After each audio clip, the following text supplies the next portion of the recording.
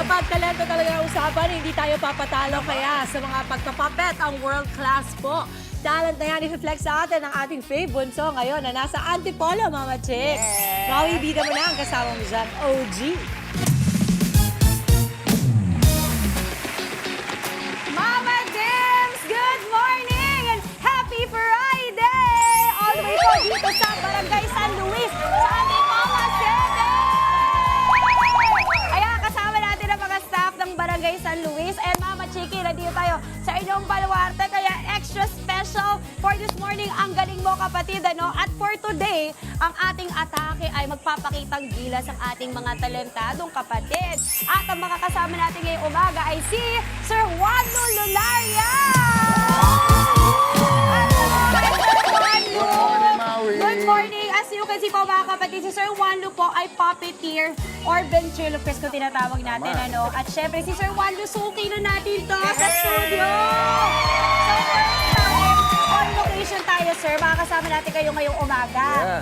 Ako, may pa-travel lang ako sa inyo mga kapatid. Si Sir Juan Lu po ay Hall of Famer ng Season 1 ng Talentadong Pinoy.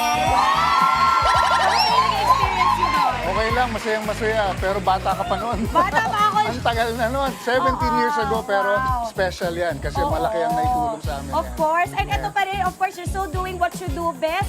Kaya, Sir Juan Lu, pasapol naman ng inyong papapiter ngayong umaga. Ready na tayo? Sige, ready na. Okay, ladies and gentlemen, Sir Juan Lu Lunaria! Good morning, kapatid. Juan Lu po, isang puppeteer. Kasama ko si Baby Brian. Bumati ka. Ay, hello po. Good morning, kapatid. Good morning, kapatid. Teka, sino ka? Anong sino ko? Ikaw na tatay ko. Hindi ako tatay mo. Mamay. Hindi rin. Tignan mo kasi itsura ko. Ayan, no? Ah, lolo. Hindi rin lolo. Lola. Hindi. Alam mo, bibigyan kita ng clue. Ako nagpapagalaw sa'yo. Ako nagbibigay ng boses mo. Ako nag-aalaga sa'yo. Ah, Yaya. Hello, Yaya. Hindi yaya, puppeteer. At nandito tayo ngayon sa Barangay San Luis, Antipolo City. Kasama ang ating mga daycare teachers.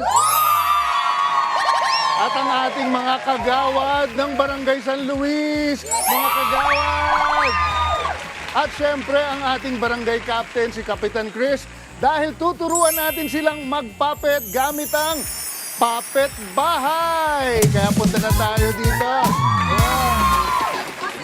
Sir, gusto ko matutunan yan, Sir Juan Lu. May nabanggit ka nga ang bago mong ginagawa itong puppet bahay. So mga kapatid, may experience natin kung paano ba magpagalaw ng puppet. Actually, itong ginagawa nyo, it's a really fun form, no? For entertainment, for the kids lalo Yes, na. yes, So yes. ito na, meron na tayong hawak na puppet. Kasama natin si Sir Chris. Hi po, sir. Okay, dalawa tayong tutulungan, ano? Or tuturuan. Yeah, go Si ahead. Eli. Eli is helping Eli me. is here also. Tuturuan tayo ni Eli, yung anak ni Sir Juan Lu.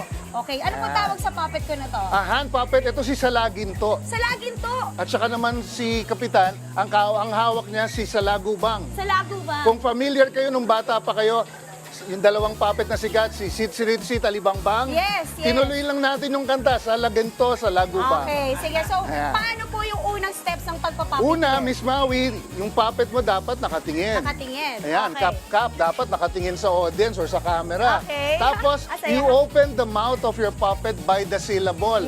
Hello. Hello. Hello. You Hello. yan. Ayan. Kapitan, ang Hello. galing. Miss Maui, very good. Tapos, Hello. medyo gagalaw-galaw ni yung ulo, ganyan. Okay. At ang kagandahan nito sa puppet bahay po, of course, when you go down, sit down on the chair, puppet lang ang ilalabas nyo. This is how they do it in Batibot and puppet theater. Ganyan. Okay, so lagi mo lang igagalaw kasabay yung syllable yung kamay. Yes. Yung pagbuka. Oo. Okay, sir, alam mo, patikim pa lang yan. I'm so excited. Nabanggit nyo, meron nga kayong bagong ino-offer. Tinatawag natin puppet bahay. Sa mga gustong matuto kung paano gumawa nito or gusto ma-experience, paano po? Ang puppet bahay po ay kontakin nyo lang kami. We're on social media. Ito po ay designed for kiddie parties and events. Miss Maui, this will enhance the interest of children sa sining ng pagpapapet. Gusto natin maging interesado sila, discover their hidden talents as puppeteer. At malay natin, sila na ang mga susunod na Philippine Ambassadors of Puppetry. Yun! At saka ang maganda doon kasi yung creativity niya, mas enhance yung imagination. Kailangan nyo na matutunan yung paano yung gawin yung boses na nakatago. Oo, diba? oo. Sir Juan you very much. Thank you very much. Yes, ito ka. Thank you so much. Ayan Si po Dan na Chris, mga thank you. kapatid, mula dito sa Barangay San Luis sa Antipolo City, saan man tayo makarating, lahat may talentong angkin. Kaya sabay-sabay nating isigaw.